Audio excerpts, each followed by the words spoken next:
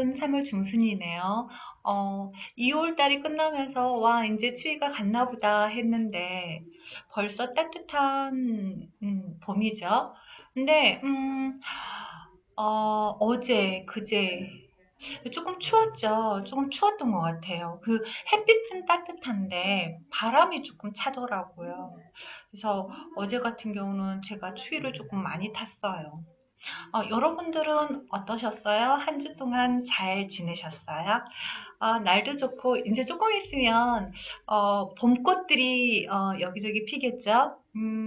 벚꽃이 벌써, 피었을라나요? 제가 벚꽃 있는 곳을 가보지를 못해서, 벚꽃이 피었는지 모르겠네요. 혹시 벚꽃 소식 아시는 분 올려주세요. 벚꽃 했다던가, 아니면 벚꽃을 봤다던가. 그러면 오늘 방송 시작하겠습니다. 동화 같은 정책 자금 김규리입니다.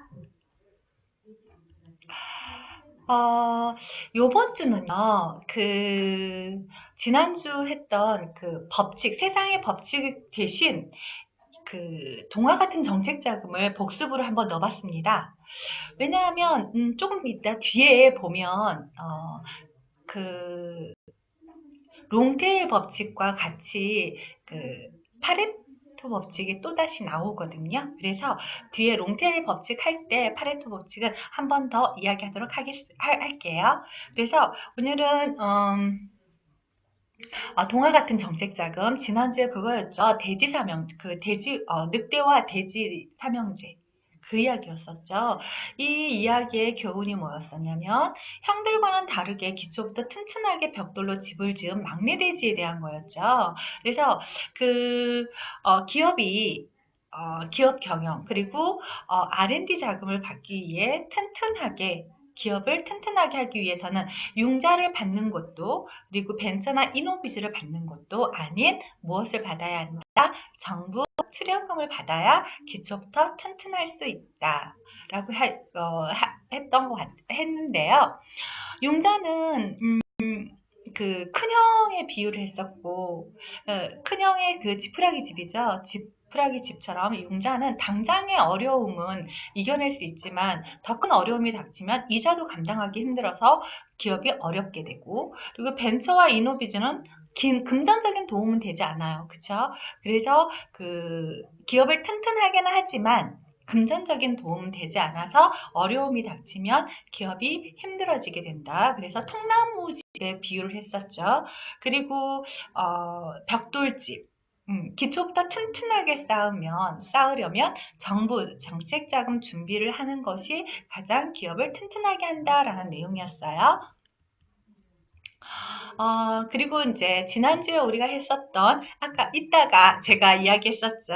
이따가 뒤에 나오니까 이따가 시간이었죠. 그래서 소리나는 이따가가 시간에 대한 거 그리고 이따가는 장소에 여기에 있다가 조금 후에 뭐 집으로 가자 이렇게 장소에 대한 거는 이따가 구분하실 줄 아시죠? 이제 이거 헷갈리시면 안 돼요. 여기에 있다가 답은 이따가 이렇게 구분해 주시면 돼요. 요거 다시 한번 읽어봐 주시고요.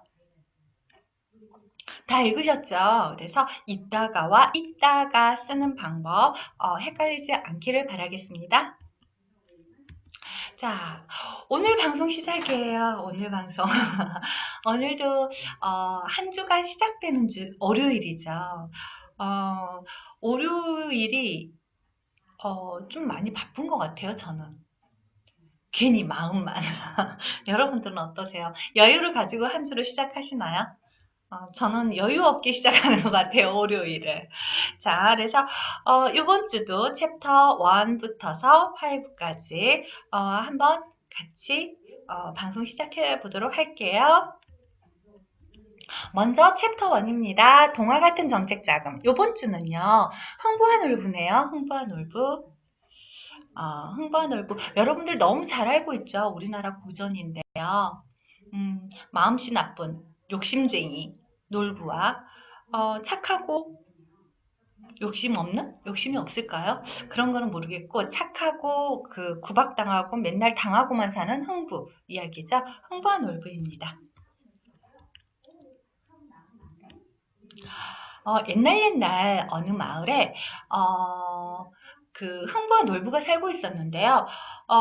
부모님이 돌아가시자 놀부가 형인 놀부가 동생인 아우한테 땡전 한 푼 안 주고 내쫓습니다. 내쫓죠. 그리고 부모님의 재산은 몽땅 놀부가 혼자서 독차지하게 돼요. 놀부는 이렇게 아주 삐까번쩍한 그 귀화집에서 살고 흥부는 식구도 많은데 이런 허름한 초가집에서 살게 됩니다.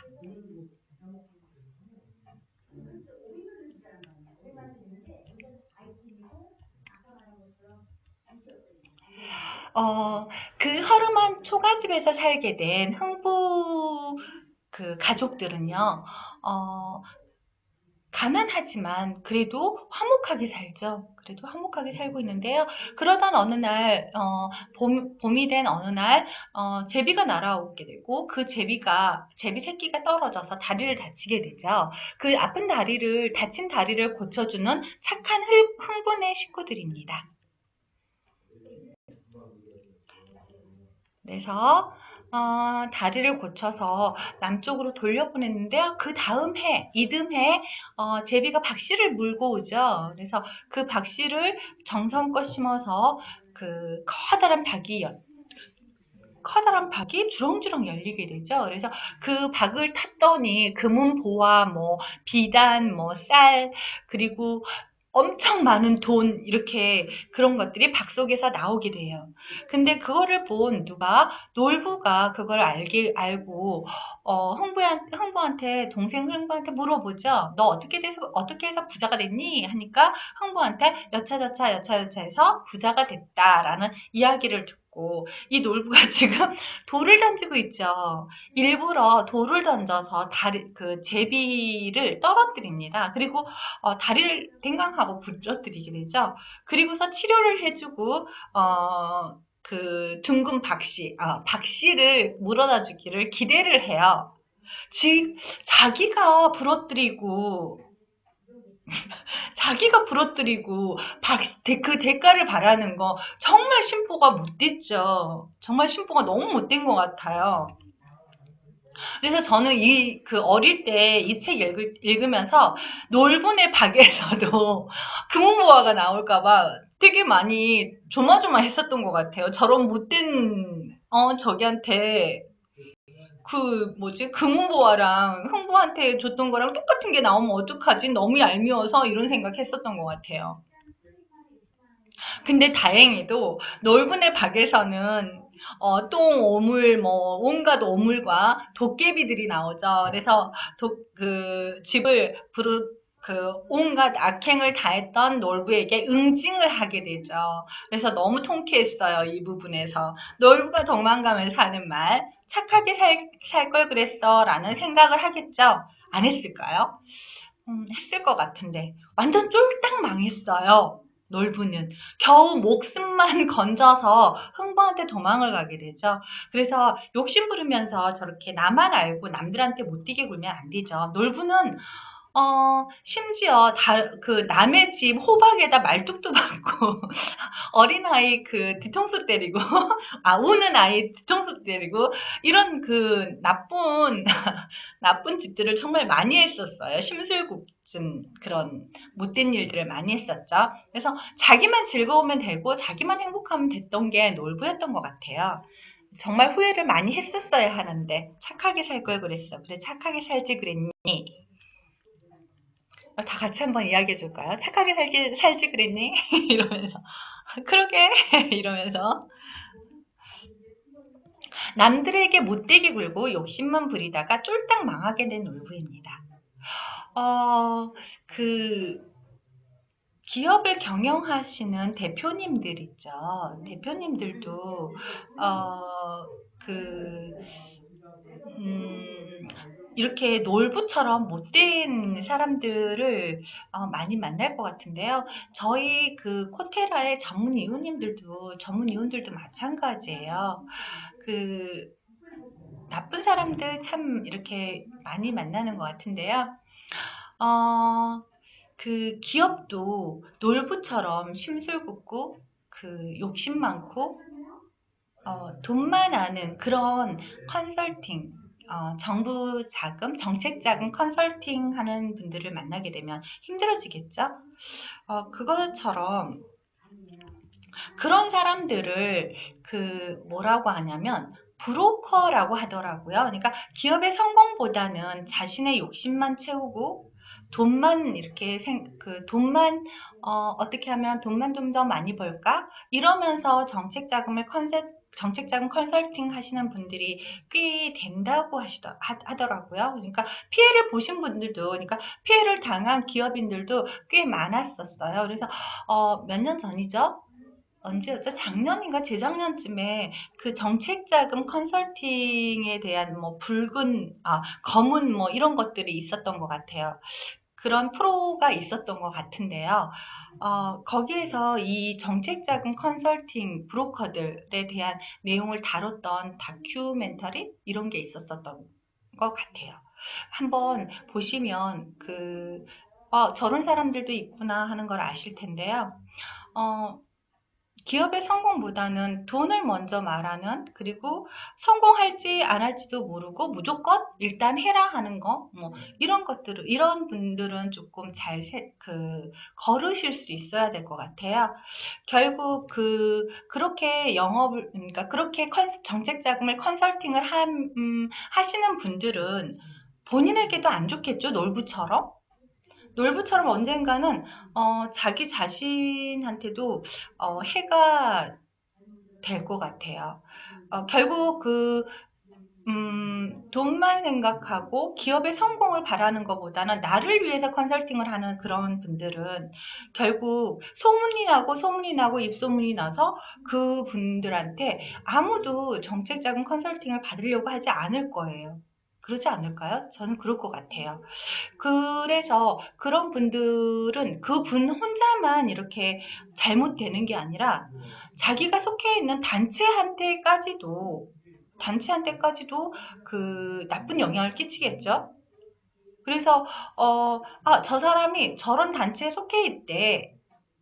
저런 단체 사람이야. 저 단체에 있었던 사람이야. 어디 땡땡땡 컨설팅 회사에 다니는 사람이야. 그러면 그 컨설팅 회사도 다 똑같지 않을까? 이런 생각을 하겠죠. 결국 자신과 자신이 속해 있는 단체까지도 불신을 받게 됩니다. 그래서 기업의 성공보다 자신의 욕심만 채우는 정책자금 컨설팅, 대표님들도 잘 피해야 하지만 컨설팅 하시는 분들도 스스로 돌아보셨으면 합니다. 자기 욕심 때문에 자기가 속해 있는 단체까지도 욕먹으면 그건 좀 곤란하지 않을까요?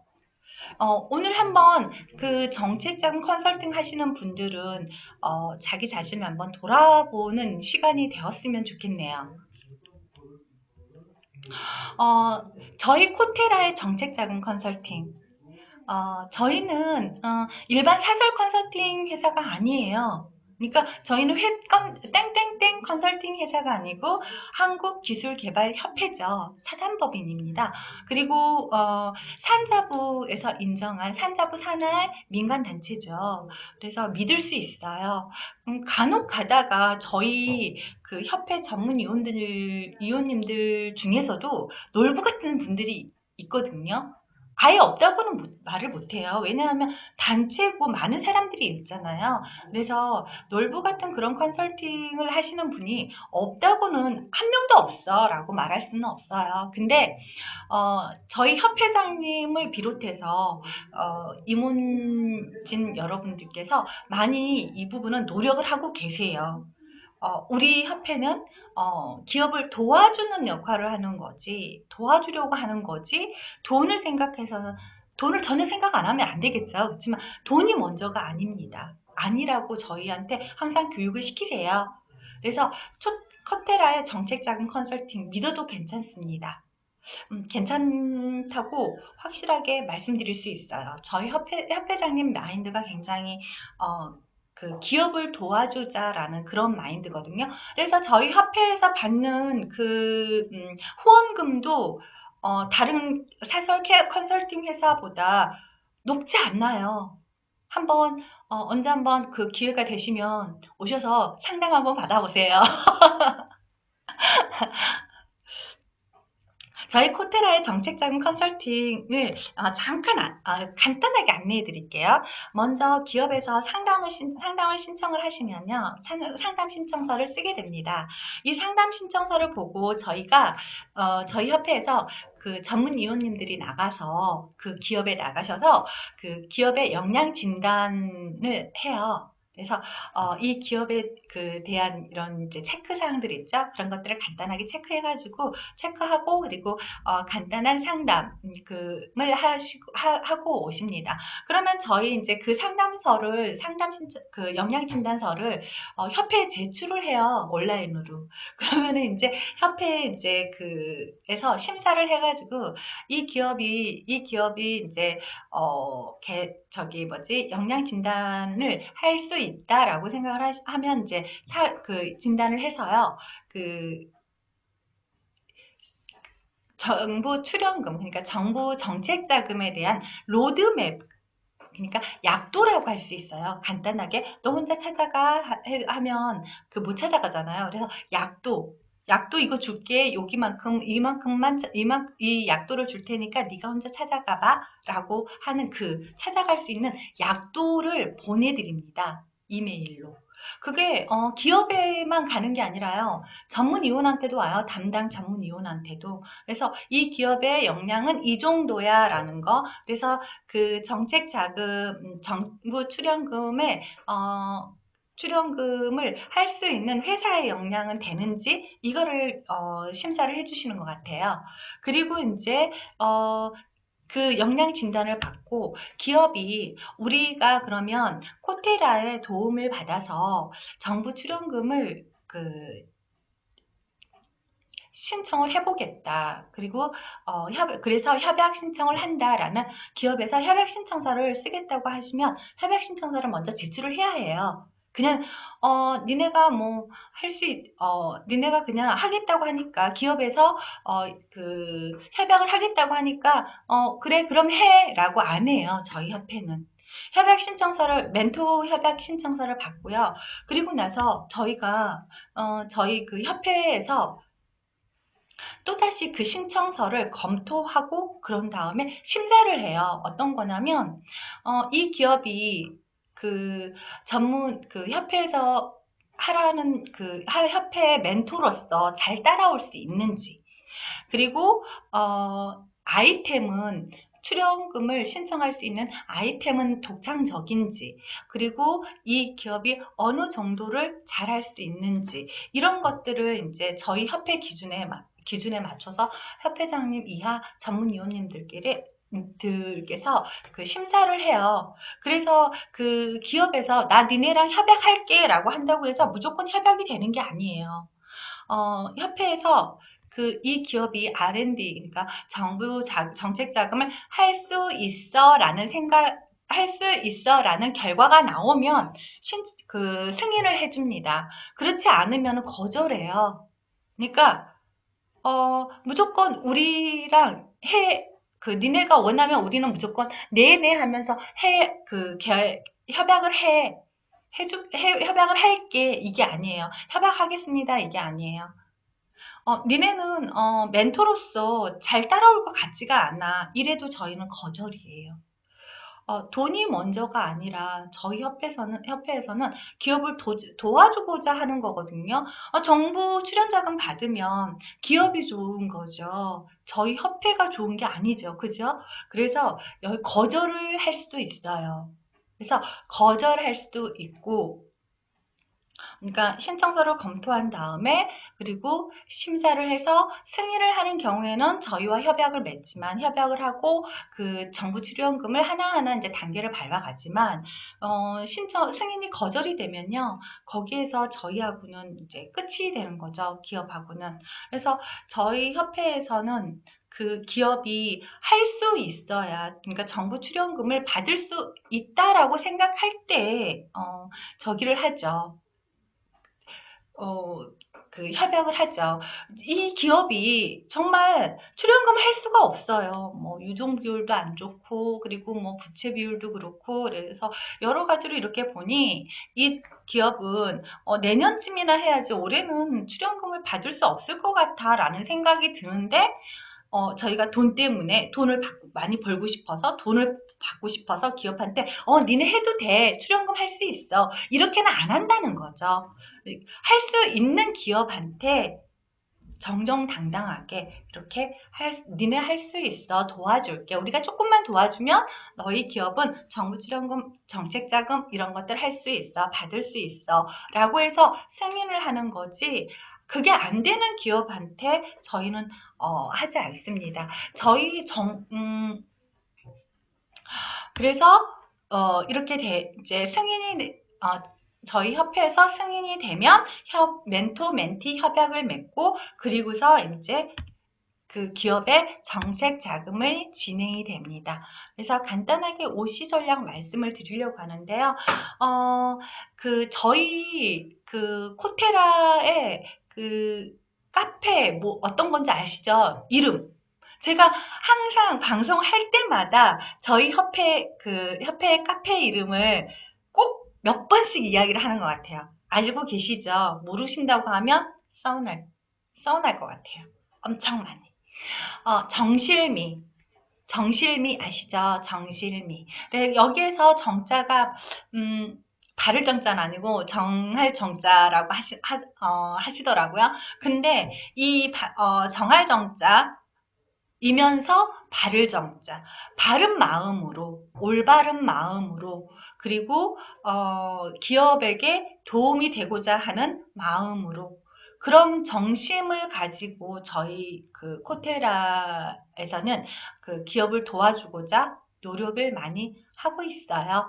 그러니까 조금 사설 컨설팅 회사하고는 좀 다른 성격의 그런 컨설팅 협회라고 생각을 해주시면 그 큰 오해는 없을 것 같아요. 그래서 이제 협회와 멘토 멘티 계약을 맺으면 저희 전문위원들은요, 먼저 기업 현황부터 파악을 합니다. 여러 가지로. 뭐, 특허는 있는지, 기업 부설 연구소는 가지고 있는지, 각종 인증은 있는지, 그런 거에서부터서 기업 현황을 파악을 해야 되죠. 기업이 지금 현재 어떤 상황인지. 그래서 이 기업한테는 뭐가 필요한지, 이 기업한테 얼마가 필요하고, 이 기업이 그러면 어떤 과제를 목표로 할 수 있는지.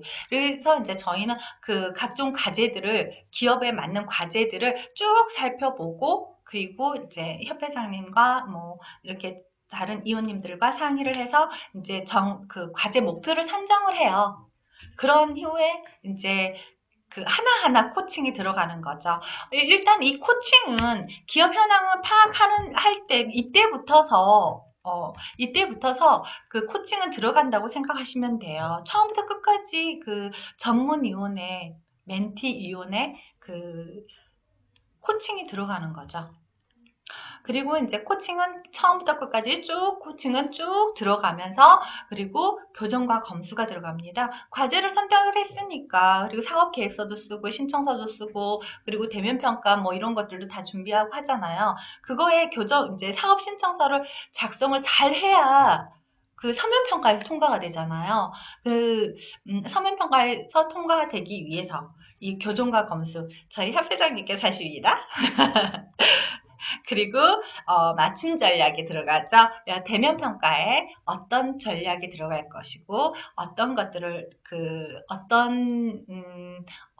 거를 넣고 어떤 거를 빼고 어떤 그 제스처를 하며 등등등의 여러 가지 저희 코테라만의 전략이 있습니다. 그런 전략이 들어가게 됩니다. 그래서 대면 평가와 현장 평가를 맞춤 전략으로 무난하게 잘 끝내실 수 있게, 마칠 수 있게 많은 도움을 드리니까 믿고 맡기는 컨설팅 협회, 한국기술개발협회입니다. 코테라 기억해 주셨으면 합니다. 기업 경영의 컨설팅을 성실과 신뢰할 수 있는 곳에 맡기는 기업 대표님들의 이것도 하나의 능력이라고 생각합니다. 어, 좋은 컨설팅 회사, 도움이 되는 컨설팅 회사, 그리고 믿을 수 있는, 신뢰하는 컨설팅 회사를 선택할 수 있는 안목도 기업 대표의 큰, 그, 안목 중에 하나 아닐까요? 그렇잖아요. 좋은, 믿을 수 있는 그런 컨설팅 업체를 선택을 해서 정책 자금을 받았어요. 1억을 받고, 1억 5천을 받고, 2억을 받고. 그럼 못 받고 브로커들한테 당하는 것보다 훨씬 나은 선택이잖아요. 이것도 기업 대표에게 꼭 필요한 안목인 것 같아요. 자, 믿음 가득한 코테라 전문 지도사의 도움을 받아보시면 좋을 것 같아요. 그래서 믿을 수 있는, 신뢰할 수 있는 그런 선택하는 안목 대표님들께서는 꼭 기르셔야 할 것 같아요. 그 별풍당당님께서 계속 풍선을 보내주고 계셨는데요. 별풍선을 보내주셨는데요. 제가 막 하느라고 못 봤던 것 같아요. 감사합니다. 정책자금 실무 도우미 카페 정실미. 저희 코테라의 카페입니다. 또 한 번 나왔죠. 꼭 기억하세요. 정실미, 바를정, 그리고 정할정. 바른 마음을 정한다 이렇게 생각하셔도 될 것 같아요. 올바른 마음을 정해서 이렇게.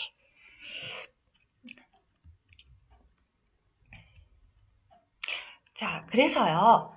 놀부 같은 그런 브로커들, 못된 브로커들을 만나서 고생하시지 마시고, 흥부 같은, 흥부보다는 조금, 똑똑해요. 똑똑한 저희 코테라를 선택해 보시길 바랄게요. 자, 두 번째 챕터입니다. 두 번째 챕터. 지난주에는 이 세상의 법칙, 파레토 법칙이었었죠. 그 파레토 법칙의 반대, 롱테일 법칙입니다. 오늘 10번째예요. 자, 공룡이네요. 롱테일에서 테일이 꼬리죠, 꼬리. 그래서, 공룡을 그려놓은 것 같아요. 자, 먼저 파레토 법칙부터 하겠습니다. 판매량이 많은 상품부터 적은 상품 순으로 배열. 그러니까 앞부분이 공룡의 머리 부분이 많이 팔리는 상품이라는 거죠. 그리고 판매량은 공룡의 머리 부분이 많다는 거고요. 그래서 팔리는 20%, 제일 잘 팔리는 20%가 조금 색이 연한 머리 부분이에요. 이 부분이 파레토 법칙, 2080 법칙에 해당하는 부분이죠. 이 파레토 법칙은 결과의 80%가 전체 원인의 20%에서 일어나는 현상을 파레토 법칙이라고 했어요.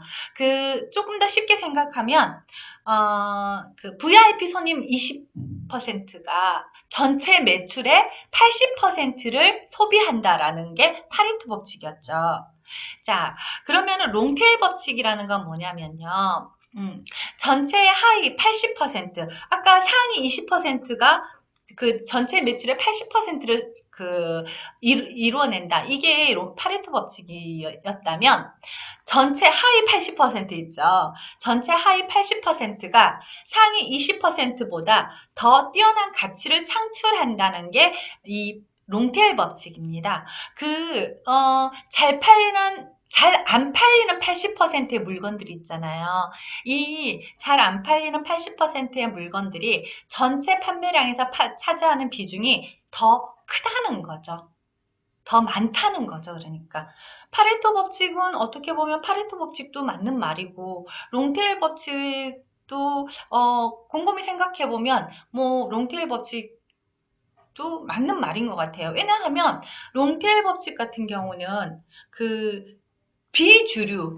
주류와 비주류가 있다면 주류는 20%잖아요. 비주류는 80%잖아요. 그럼 그 80%가 꾸준히 여러 개가 섞여서 나타나면 더 차지하는 비중이 클 수도 있을 것 같아요. 자, 이 그 롱테일 법칙은요, 미국의 대표 IT 잡지인 와이어드의 편집장이었던 그 크리스 앤더슨이라는 사람이요, 2004년에 그 명명했다고 해요. 이름을 지었다고 해요. 그 사람이 이 사람인데요. 어, 그 조금 편집장답게 생겼나요? 인터넷 비즈니스 관련 잡지, 뭐 IT 잡지, 뭐 와이어드라는 이름의 이 잡지의 편집장이라고 하네요. 이 크리스 앤더슨이 2004년도에 그 2004년 10월쯤에 명명을 했다고 이름을 지었다고 해요. 롱테일 법칙이라고. 그게 온라인 DVD 대여점인 미국의 넷플릭스 있죠. 넷플릭스 그리고 그 온라인 서점인 아마존 이 등등의 특정 비즈니스 모델을 설명하기 위해서 이 사람이 그 처음으로 그 롱테일 법칙이라고 이렇게 명명을 했다고 해요. 그 온라인 그러니까 DVD 대여점이나 그 책 대여점, 책 판매점, 그리고 이런 음반 판매점 등등등에서 매장에서는 그러니까 오프라인 매장이죠. 오프라인 매장에서는 잘 팔리는 물건들을 많이 진열을 해요. 그죠? 왜냐하면 잘 팔리는 거를 진열을 해야 눈에 보이니까 바로바로 사가겠죠. 그래서 많이 팔리는 물건들을 더 많이 구비를 하고 더 많이 눈에 보이는 곳에 진열을 하죠. 그리고 나머지 안 팔리는 그 비주류 제품들은 창고에 쌓아놓기 바쁘죠. 왜냐하면 오프라인 매장은 정해져 있어요. 그 크기가, 평수가.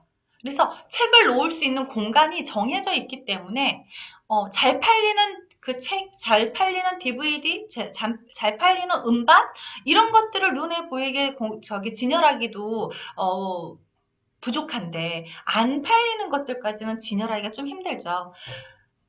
그래서 매장에는 잘 팔리는 물건만 진열하고 나머지는 창고에 쌓아놓게 됐었는데요.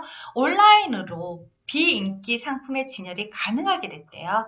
그리고 매출의 20%에서 30%를 차지하는 이 비주류의 물건들이 매출의 20%에서 30%를 차지하는 이 높은 이익을 창출하는 새로운 모델이 됐다고 해요. 비즈니스 모델이. 그러니까 매장에서는 잘 안 팔렸는데 온라인으로 올려놨더니 하나씩 이렇게 비주류 물건들을 찾는 손님들이 그 나머지 80%에 해당되는 사람들이 하나씩 찾더라. 그래서 그거를 온라인으로 판매를 했더니 그 공간도 안 차지하고 참 좋더라. 이런 거죠. 그래서 롱테일 법칙이라고 크리스 앤더슨이 이름을 만들었다고 해요.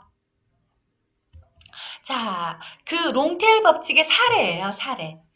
그 롱테일 법칙은 인터넷이 발달함에 따라서 그 나타날 수 있었던 판매 방식이죠. 그러니까 롱테일 법칙이라는 이름이 나올 수 있었던 것은 인터넷이 발달했기 때문에 이게 나올 수 있었던 거지. 그 인터넷이 발달하지 않았다면 뭐 온라인상에서 물건을 사고 팔고 할 수 있었겠어요. 그래서 인터넷이 하면서 이 롱테일 법칙도 나올 수 있었다 이렇게 생각하시면 될 것 같아요. 이제 그 롱테일 법칙의 사례예요. 여기는 아마존이죠. 아마존닷컴 그 서점인데요. 이 아마존닷컴이 잘 안 팔리는 엄청나게 많은 책이 엄청 많잖아요. 작년에 제가 신문을 봤는데, 아니구나. 작년이 아니고 재작년이었던 것 같아요. 2년 전쯤에 신문을 봤는데 그 노인과 바다라는 책 있죠. 그 책이 명작이에요. 명작. 인문 고전이에요. 근데 그 책을 그 미국의 도서관들에서 그 진열을 하지 않겠다. 라고 해서 논란이 됐던 적이 있어요. 왜냐하면 노인과 바다라는 그 책을 찾는 사람들이 별로 없대요. 그래서 노인과 바다라는 책을 찾는 사람이 별로 없는데 이거를 굳이 자리 차지하고 그 도서관에 진열을 해야 할까? 새로 나온 책들도 많고 사람들이 찾는 그 책들도 많은데 그래서 그 책들도 진열할 공간이 부족한데 그 안 찾는 이런 책들을 굳이 놔야 할까? 이러면서 치우겠다고 해서 논란이 됐었던 적이 있다는 기사를 봤었어요. 그런 것처럼 잘 안 팔리는 그 책들이 어마어마하게 많겠죠. 인류 역사가 시작되면서 뭐 문자를 사용하면서부터 이제 책이 뭐 발달돼서 책이 이제 나오면서 인쇄술이 발명이 되면서 인쇄를 하면서부터서 이제 책들이 만들어진 거잖아요, 책이.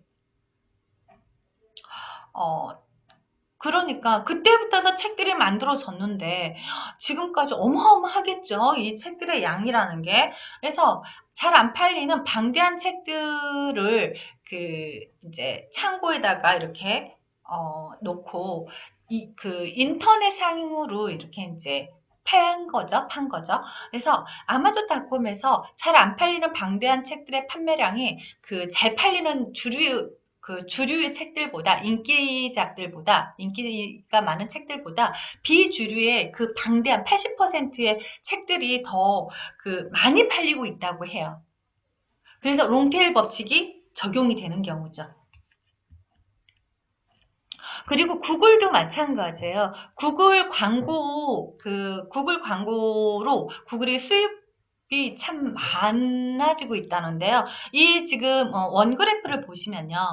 디지털 광고 시장 점유율이에요. 전에는 어, 페이스북의 광고가, 그러니까 디지털 광고 페이스북이 더 이렇게 점유율이 높았다고 해요. 높았는데, 어느 순간 구글이 G라고 써져 있죠. 그래서 구글이 더 이제 높은 점유율을 가지고 있는데요. 이 구글 광고도 마찬가지라고 해요. 구글의 거대 기업 있죠. 큰 기업들, 뭐 재벌 기업, 뭐 이렇게 대기업, 이런 기업들이 광고를 많이 해서 주 수입이 점유율이 높아지고 수입원의 돈이 많아지고 수입이 많아지고 이게 아니고요. 비주류인, 그러니까 조그만 기업들 있죠. 소규모의 기업의 광고주들이 이 사람들이 광고를 많이 해서, 그러니까 나머지 20%의 거대 기업이 아니라 나머지 80%의 소규모의 기업들의 기업들이 광고를 더 많이 해서 그 사람들이 조금 모여서 구글에 광고를 많이 올린다는 거죠. 그래서 구글의 광고 수입분이 높아졌다고 해요.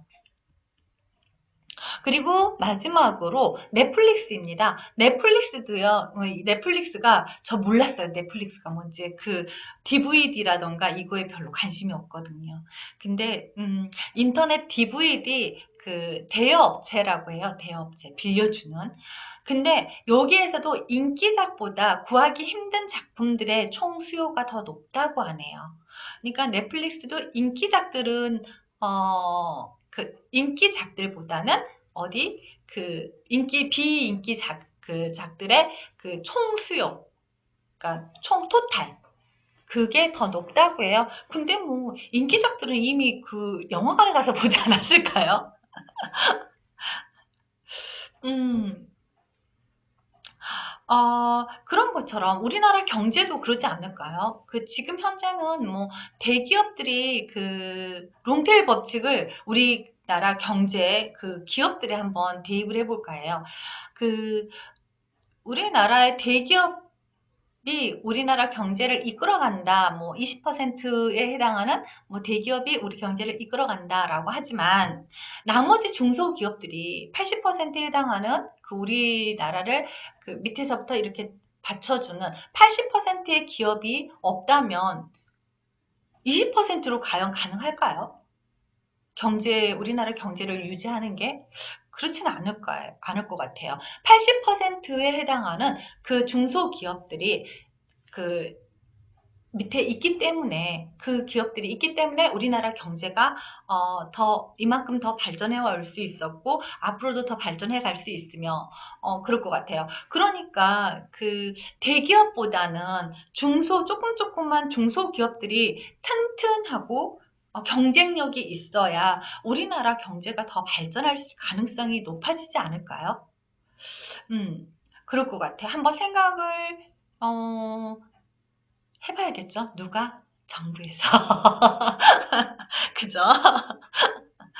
자, 우리 실생활에 그 롱테일 법칙을 적용을 해봤어요. 실생활 사례를 한번 볼게요. 자, 롱테일 법칙을 실생활에 적용하네. 어때요? 그 앞에서부터 보면 차곡차곡 차곡차곡 쌓아서 결국 집 한 채를 얻었네요. 그죠?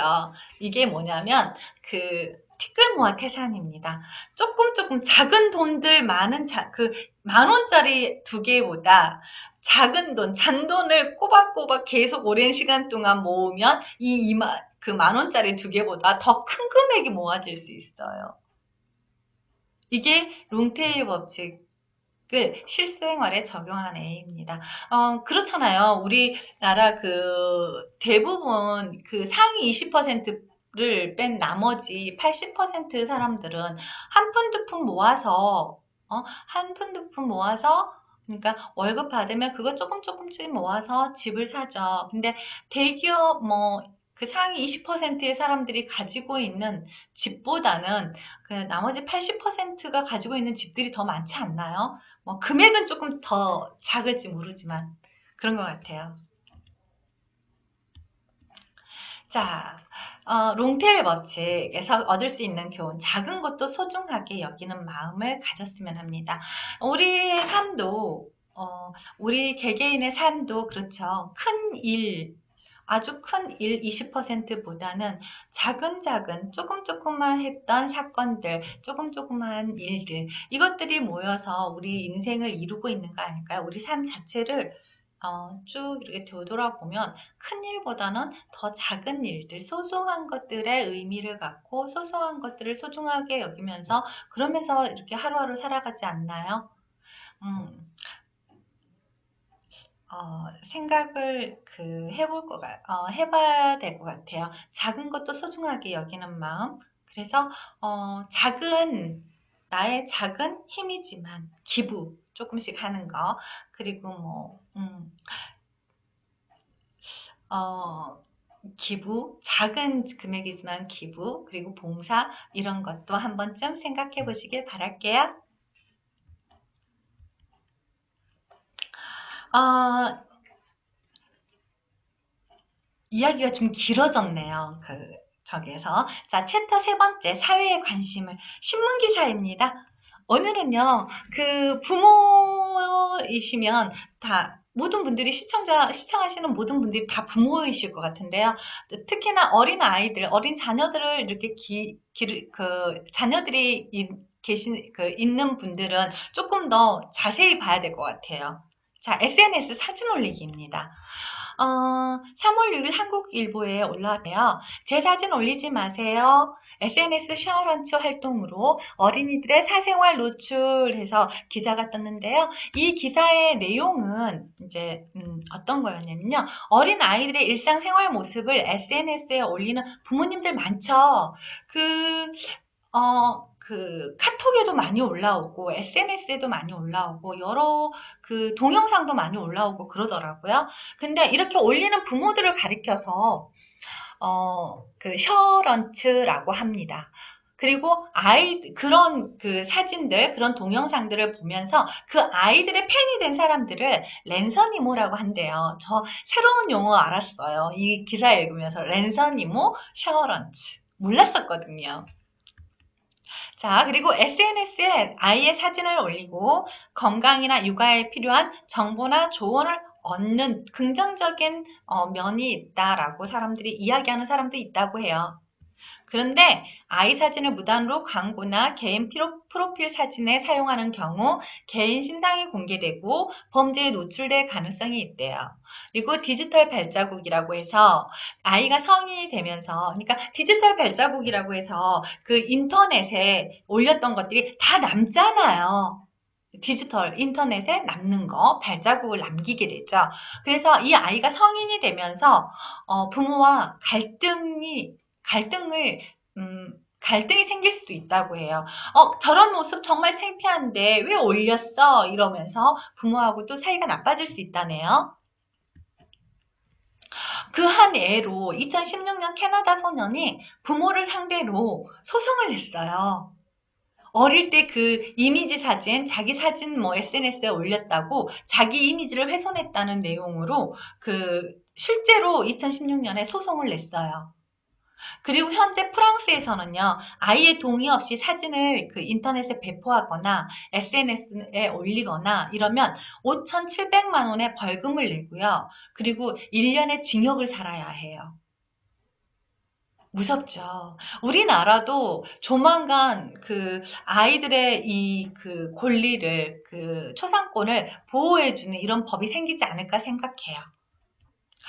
SNS에 이렇게 SNS 그리고 카톡 이런데 영상, 동영상 이런 것들 많이 올리시죠. 그런데 주의해야 될 게 있어요. 한국인터넷진흥원에서 홍보 자료로 나온 건데요. 간단하게 어, 보여드릴게요. 자, 안전하게 지키는 방법 얼마나 알고 계세요? 저도 몰랐거든요. 근데 별로 저는 SNS를 할 줄을 몰라요. 컴맹이라 할 줄을 몰라서 별로 신경을 안 썼던 것 같아요. 자, 여러분들 SNS 많이 하시는 분들, 네, 그 SNS를 통해서 개인정보 안전하게 지키고 있는지 한번 보면서 생각해 보세요. 이 인터넷 내정보 지킴이 캠페인이라고 해서 그 신문에 올라온 건데요. 무심코 올린 SNS 사진 때문에 범죄와 정보 노출까지 된다고 하네요. 자, 휴가 계획을 SNS에 올렸어요. 그래서 무슨 빈집털이의 표적이 될 수 있대요. 또 그 SNS에 게시된 10대 여학생들 사진, 6천여 장이 무단으로 다른 채널에 넘어가서 게시된 사건도 발생을 했대요. 그리고 그 외 개인정보가 담긴 SNS 사진 게시물을 통해서 각종 악의적인 나쁜 마음을 가진 그런 범죄가 속출하고 있다고 하네요. 그러니까 SNS에 사진을 올리면서 혹시 내 정보가 나갈 그런 내용들은 없는지, 어떤 물건들은 없는지 잘 살펴보시고 올리셔야 할 것 같아요. 아이 같은 경우도 우리 아이 유치원에서 저기 하니까 예뻐서 찍어서 올렸어요. 근데 아이가 유치원복을 입고 있잖아요. 그러면 그 아이가 어느 유치원에 다니는지가 노출이 되겠죠. 그리고 또는 그 아이가 뭐 집 안에서 놀고 있는 모습을 찍었어요. 근데 그 집이 정말 보니까 가구도 고급이고 모든 게 다 고급이에요. 그럼 그 집은 잘 산다는 거잖아요. 이런 정보들을 무의식 중에, 그러니까 무심코 다른 사람들한테 알리게 되는 게 되는 거죠. 그래서 범죄의 표적이 될 수 있다고 하네요. 자, 먼저 함부로 SNS에 올리면 안 되는 사진들이에요. 첫 번째가 비행기 탑승권이네요. 여기에 이 비행기 탑승권에 언제 가는지, 어디에 앉는지, 행선지가 어딘지, 몇 시에 도착하는지 이런 등등등의 여러 가지가 올라오죠. 그리고 공연 티켓. 공연 티켓에도 내가 거기 있는 시간, 나의 정보가 노출이 되잖아요. 그러니까 공연 티켓을 올리면 저 사람이 언제 거기에 가겠구나, 몇 시부터 몇 시까지 없겠구나, 뭐 등등등등 여러 가지 정보를 알려주게 되는 거죠. 특히 이력서 SNS에 올리시는 분 계신가요? 설마 이건 안 계실 것 같은데. 무심코 올린 적이 있는지, 무심코 클릭한 적이 있는지, 무심코 뭐 운전면허증이라던가 뭐 수험표라던가 이런 것들을 올린 적은 없는지 한 번쯤 생각을 해보시고요. 다음부터는 조심하길 바랄게요. 자, 그 밖에 올려서는 안 되는 사진들도 여러 가지가 있죠. 자, 더 자세한 정보나 궁금한 점이 있으시다면 여기 주소 있죠? 주소가 가려졌나요? 온라인 개인정보보호 포털 iprivacy.kr 방문이라고 했는데요. 그냥 한국인터넷진흥원하고 치고 들어가셔가지고 보셔도 돼요. 그래도 이거 볼 수 있어요. 내가 SNS를 자주 하시는 분들이라면 꼭 여기 이 사이트 한번 들어가셔서 올리면 안 되는 것들, 조심해야 되는 것들 꼭 체크해 보시길 바랄게요. 자, 맞춤법이에요. 지난주 맞춤법 이따가 했죠. 요번 주 맞춤법은요. 맞춤법을 하기 전에 이성의 맞춤법 실수에 호감이 떨어진 적 있는지 각각 여성과 남성에게 물어봤다고 해요. 근데 남성 같은 경우에는 71.4%가 그 맞춤법 때문에, 맞춤법 실수 때문에 호감이 떨어진 적은 없어. 가 71.4%였고요. 여성은요, 그 맞춤법 실수 때문에 호감이 떨어진 적이 있다는 게 71.4%였어요. 그러니까, 여성들이 맞춤법 실수에 좀 더 민감하다는 거죠. 그 여성들에게 잘 보이고 싶으신 남성분들 맞춤법 꼭 기억하셔야 될 것 같아요. 근데 사실 저도 그렇거든요. 저도 맞춤법 이렇게 틀린 사람 보면 저 사람 뭐지? 이런 생각 해요. 실제로. 자, 요번 주 맞춤법은 나타와 나따입니다. 자, 볼게요. 나타는 아이나 새끼, 등을 출산하는 할 때 쓰는 말입니다. 그리고 또는 어떤 일의 결과를 만들다라는 뜻이 있을 때 쓰는 말이 나타예요. 히읗자가 들어가죠. 근데 히읗자가 안 들어가고 시옷자가 들어가는 나타. 이거는 회복하다라는 뜻이 있습니다. 회복하다. 그리고 또는 더 좋거나 앞서 있다라는 뜻도 가지고 있습니다. 이런 뜻을 가지고 있을 때 쓰는 말이 낫다. 그리고 나타는 아이나 새끼 출산할 때 어떤 일의 결과를 만들었을 때 이게 나타를 쓰면 됩니다. 자, 그러면은 조금 더 쉽게 제가 여기에서 출처를 일부러 썼어요. 무서워서 저작권 때문에. 자, 나타와 나타입니다. 여기 삐약삐약하면서 병아리가 태어나는 거 이거는 나타 히읗이죠. 그리고 병이나 상처 따위가 본리대로 원상태로 돌아오다 나타. 이거는 시옷 받침입니다. 그리고 무엇보다 좋거나 앞서 있을 때 그러니까 통닭이 낫니? 너는 통닭이 나 아니면은 피자가 나 할 때 뭐가 더 낫다. 시옷 받침입니다. 확실하게 이해되셨죠? 이 그림을 보고도 이해가 안 됐다 그러면 할 말이 없어요. 이해하셨어야 해요. 자, 여기는 자, 아프지 말고 빨리 나아야 해. 할 때, 이 나자 밑에 히읗 받침을 쓰시는 분들이 있으시더라고요. 그러니까, 히읗 받침을 쓰시는 분들이 계신데요. 히읗 받침 안 써요. 히읗 받침을 쓰면은, 몸에서 새끼를 낳았어? 알을 낳았어? 이런 생각을 하셔야 돼요.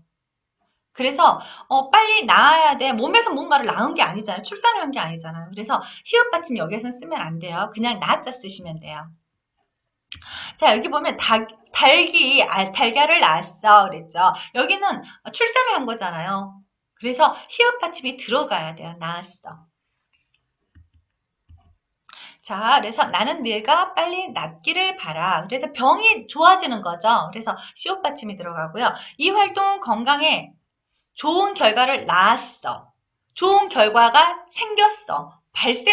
발생시켰다는 거죠. 그래서 나자에 히읗 받침이 들어가야 돼요. 좋은 결과를 만들었다는 뜻이니까. 그리고 내가 너보다 훨씬 낫다.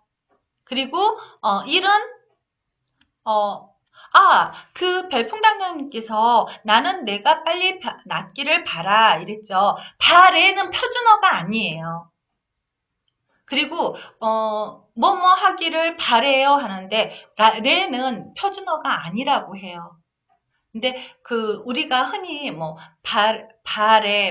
나의 바램은 이러잖아요. 근데 나의 바램은 하면 안 된대요. 나의 바람은 이래야 된다고 하더라고요.